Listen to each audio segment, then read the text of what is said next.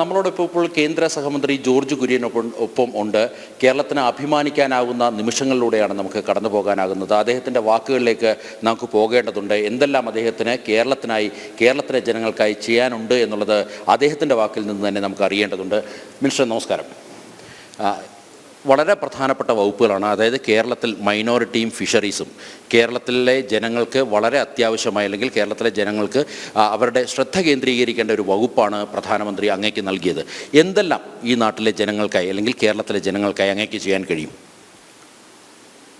തീർച്ചയായിട്ടും ഒന്ന് ന്യൂനപക്ഷ വകുപ്പാണ്, മറ്റൊന്ന് fisheries, animal husbandry and dairy.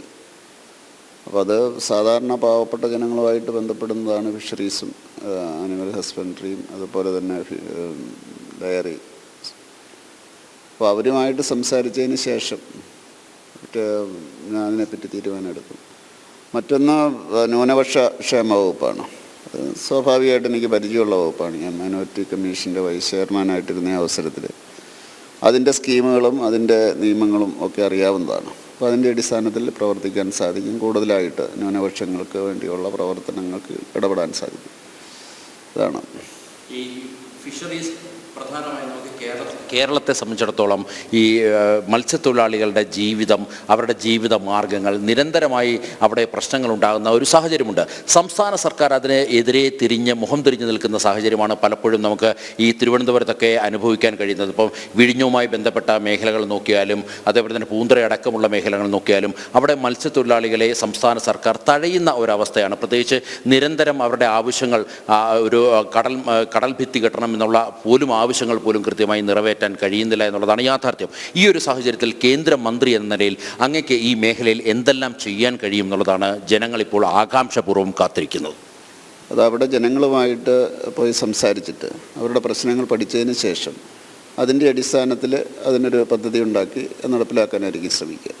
ഒപ്പം തന്നെ മൈനോറിറ്റിയെ സംബന്ധിച്ചിടത്തോളം ഇത് കേരളത്തിലെ മൈനോറിറ്റി വിഭാഗങ്ങൾക്ക് ലഭിച്ച ഒരു വലിയ പിന്തുണ തന്നെയല്ലേ ഈ ഒരു മൂന്നാം നരേന്ദ്രമോദി സർക്കാരിൻ്റെ ഭാഗത്തുനിന്നും? പ്രത്യേകിച്ച് 4 പതിറ്റാണ്ട് കാലത്തിൻ്റെ സംഘടനാ പാരമ്പര്യവും അതേപോലെ തന്നെ സംഘടനാ നേതൃത്വവും ഒക്കെയുള്ള അങ്ങയ്ക്ക് ഈ വകുപ്പ് നൽകുമ്പോൾ സ്വാഭാവികമായും ദേശീയ നേതൃത്വം ചില കണക്കുകൂട്ടലുകൾ നടത്തും. അതായത് കേരളത്തിലുള്ള ക്രിസ്തീയ വിഭാഗങ്ങളെയും ന്യൂനപക്ഷ വിഭാഗങ്ങളെയും ഒന്നിച്ചു ചേർത്ത് നിർത്തുക എന്നുള്ള ലക്ഷ്യം. അതിലേക്ക് അങ്ങയ്ക്ക് എന്ത് സംഭാവന നൽകാൻ കഴിയും എന്നുള്ളതാണ്?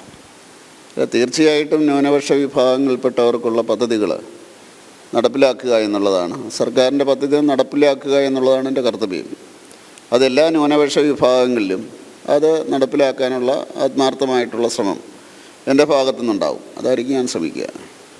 BJPയോട് ഇപ്പോൾ നിലവിൽ കേരളത്തിലെ ന്യൂനപക്ഷ വിഭാഗങ്ങൾ അകന്നു നിൽക്കുന്നു എന്നുള്ളൊരു തോന്നൽ അങ്ങേക്കുണ്ടോ? ഒരു മന്ത്രി എന്ന രീതിയിൽ പദ്ധതികൾ നടപ്പിലാക്കുന്ന അവസരത്തിൽ അതിനെപ്പറ്റി ഞാൻ ശ്രദ്ധിക്കേണ്ട കാര്യമില്ല. കാരണം പദ്ധതികൾ നടപ്പിലാക്കുക എന്നുള്ളതാണ് എൻ്റെ കർത്തവ്യം. അത് നടപ്പിലാക്കാനുള്ള ശ്രമം ഞാൻ നടത്തും. വളരെ നന്ദി ശ്രീ ജോർജ് കുര്യൻ, അങ്ങയുടെ വിലപ്പെട്ട സമയം ഞങ്ങൾക്കൊപ്പം ചെലവഴിച്ചതിന്. ഏതായാലും രോഹിണി കൃത്യമായി അദ്ദേഹത്തിൻ്റെ നിലപാടുകൾ വ്യക്തമാക്കി.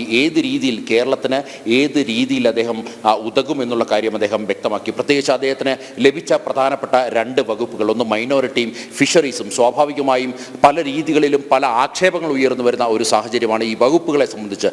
അവിടെ ജോർജ് കുര്യന് പലതും ചെയ്യാൻ കഴിയുമെന്നുള്ളതാണ് അദ്ദേഹം വ്യക്തമാക്കിയത്.